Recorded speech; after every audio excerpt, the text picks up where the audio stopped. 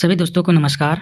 और south central railway की तरफ से एक नोटिफिकेशन जारी किया गया है जो एक प्रकार का रेलवे अप्रेंटिसशिप है जो आईटीआई का जितने भी छात्र छात्राएं हैं वो इस नोटिफिकेशन के थ्रू अपना अप्लाई कर सकते हैं।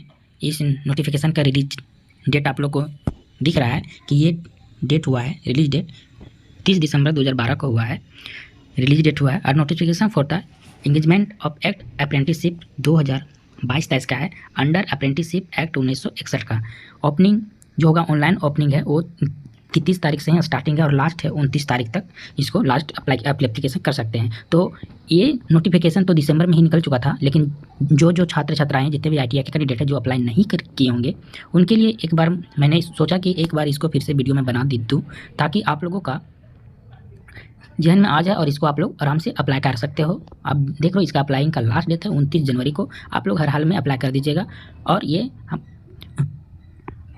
अप्रेंटिसशिप बहुत अच्छी ही होती है क्योंकि आप लोग को हाल ही में पता चला होगा कि रेलवे ग्रुप डी का जो अब से जितने भी बहालियाँ होगी उसमें तो आईटीआई लागू कर ही दिया है। इसके बाद है कि आप अगर यदि रेलवे से अप्रेंटिसशिप किए रहेंगे तो आपको वहाँ पे 24% जितने भी वैकेंसी रहेगा 24% सीट अप्रेंटिसशिप वालों के लिए रिजर्व होती है। ये सब आप लोग को पता ही होगा, तो ज़्यादा मैं इसके बारे में डिटेल नहीं बोलूँगा। लेकिन और यहाँ पे सब स्टेट वाइज दिया हुआ है कि आंध्र प्रदेश का, तेलंगाना का, महाराष्ट्र का, कर्नाटका का, तमिलनाडु का और मध्य प्रदेश, मतलब ये यहाँ दिया हुआ है कि साउथ सेंट्रल रेलवे के अंतर्गत जितने भी आते हैं बोर्ड या जोन उसको यहाँ दिया गया है, आप लोग देख लीजिएगा। और यहाँ पे सभी यूनिट के बारे में भी दिया गया है, कैरेज में कि कितना है, इलेक्ट्रिक लोको शेड, ये सभी यूनिट का नाम है जो वहाँ पे इस रेलवे के अंतर्गत आता है, जो साउथ सेंट्रल रेलवे के अंतर्गत आता है वो सभी दिया गया है। अब यहाँ पर जो है वो वैकेंसी डिटेल यहाँ पे किया गया है। आप लोग को देख सकते हैं कि एसी मैकेनिक है उसका है यहाँ पे टोटल पोस्ट 250 है। कारपेंट्री का है टोटल 18 पोस्ट है जो काफ़ी कम है, कारपेंट्री के लिए बहुत ही कम है। उसके बाद है डीजल मैकेनिक, सबसे ज़्यादा पोस्ट इसमें है। डीजल मैकेनिक में दिया 531 है, इलेक्ट्रीशियन में 1019 पोस्ट है, इलेक्ट्रॉनिक मैकेनिक में 92 पोस्ट है।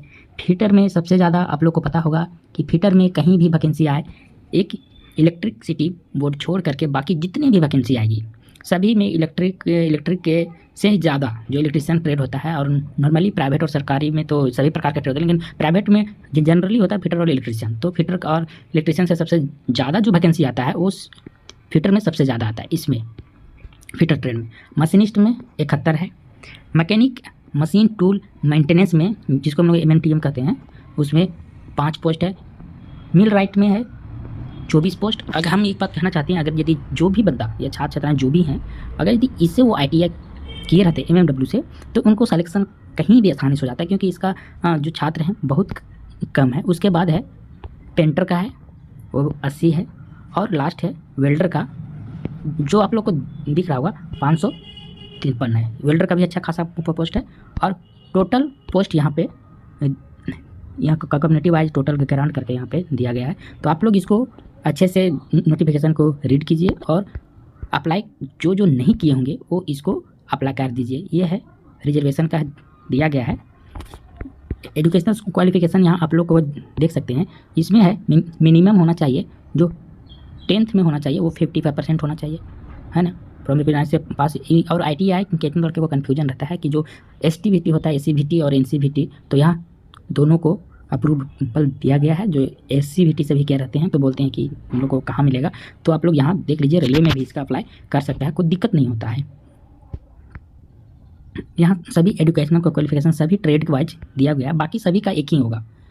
आप लोग देख सकते हैं कि सभी में 50% 10th में होना ही चाहिए। और ITI का है ये है। अब इसका जो है एज आप देख सकते हैं कि कंप्लीटेड 15 ईयर्स होना चाहिए।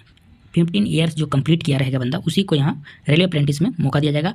और 24 ईयर्स तक होना चाहिए कट ऑफ डेट, नॉर्मल 15 और अधिकतम 24 ईयर तक का ये लिया जाता है। और उसमें भी हम लोग देखते हैं जो छूट का रहता है जो 5 साल ईयर यानी SC/ST का रहता है, 3 साल OBC का रहता है रेलवे में, वो आपको बेनिफिट मिलेगा। और जो है डिजिबल पर्सन है उसके लिए 10 ईयर्स का इसमें, और एक्स सर्विसमैन के लिए भी 10 ईयर्स रहता है। ये नॉर्मल है, सभी रूल कंडीशन है नॉर्मल है। और इसमें डेट ऑफ बर्थ भी कंप्लीट कर दिया गया, जो जनरल कैंडिडेट होगा या EWS का होना चाहिए। तो यहाँ जो आप देख रहे हैं 30/12/1998 से लेकर के 30/12/2007 तक उसका डेट ऑफ बर्थ होगा। मतलब ये बॉक्स में आप जो भी कैटेगरी में आते हैं, SC के लिए ST के लिए ये बॉक्स हो गया, OBC के लिए ये हो गया, PPW के लिए ये हो गया और OBC ये हो गया। मतलब ये सभी के लिए यहाँ पर दिया गया है कि इस डेट ऑफ बर्थ के अंतर्गत आपको आना होगा। आगे देख लीजिए क्या बोलता है। अब यहाँ पे सबसे इम्पोर्टेंट होता है कि आपका सिलेक्शन कैसे होगा। सिलेक्शन यहाँ वो कैसे लेगा। तो रूल है इसका अप्रेंटिसशिप का, क्योंकि इसका एग्ज़ाम नहीं होता है। तो यहाँ पर सिंपल में हम आपको बता दें 10th क्लास और ITI में जितना आपका नंबर रहता है उसका 50% ऐड किया जाता है। अगर यदि मतलब आप लोग को यहाँ पता है कि अगर जितना भी आपका 10th में आया होगा स्कोर कार्ड उसका 50% ऐड किया जाएगा, और ITI में जिसका आया होगा उसका 50%, जितना भी 10th में आया होगा उसका 50% ऐड किया जाएगा, और ITI में 50%, दोनों मिला के फिर से 100% होता है। इसी पे आपका मेरिट बनेगा। तो ये आपको समझ में आ गया होगा ये चीज़।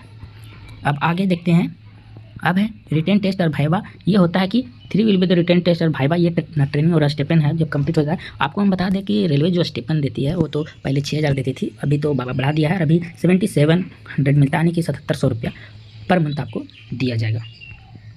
ये सभी आप लोग नोटिफिकेशन अब तो देख लिए होंगे। और आपका सबसे इम्पोर्टेंट जो होता है फी होता है वो 100 रुपये लिया जाएगा, 100 रुपये लिया जाएगा। इसको भी आप लोग देख लीजिएगा। और यहाँ पर है जो SC और ST का है, और SC ST और फीमेल का कैंडिडेट जो भी है और जो भी है हैंडीकैप है उसको फी नहीं लगेगा, नो फी। ये भी इम्पोर्टेंट है। बाकी इधर आपको कोई दिक्कत नहीं है। इधर का जब आपका सिलेक्शन हो जाएगा तब का ये पोर्शन दिया गया है। ये OBC SC ST का जो भी सर्टिफिकेट होता है ये सब होता है सब। टोटली जब आपका सिलेक्शन हो जाएगा, आपका मेरिट लिस्ट में नाम आ जाएगा, उसके बाद ये सब लगेगा। अभी इस सब को देखने का ज़रूरत नहीं है। और हमको लगता है कि आप लोग मेरी बातों को समझ लिए होंगे, क्योंकि मैं खुद एक रेलवे एम्प्लॉय हूँ। तो मैं समझ सकता हूँ कि जो नॉर्मल फैमिली के कैंडिडेट होते हैं उनके लिए ये भी इम्पोर्टेंट होता है, क्योंकि किसी तरह ना एक नहीं होता है कि सहारे के लिए इनका काफ़ी होता है, वही हम लोग के लिए भी है। क्योंकि मिडिल फैमिली का बच्चे जितने भी होते हैं वो चाहते हैं कि कहीं ना कहीं सेटल हो जाए। तो हम बोलेंगे कि जो घर में बैठे होंगे तो एक मौका है कि रेलवे को आप सहयोग करें किसी भी तरह। और इससे आपको बेनिफिट मिलेगा कि रेलवे जब भी वैकेंसी निकालती है तो कम नहीं निकालती, 50,000 60,000। अगर फिलहाल में भी आया था तो 1 लाख के आया था।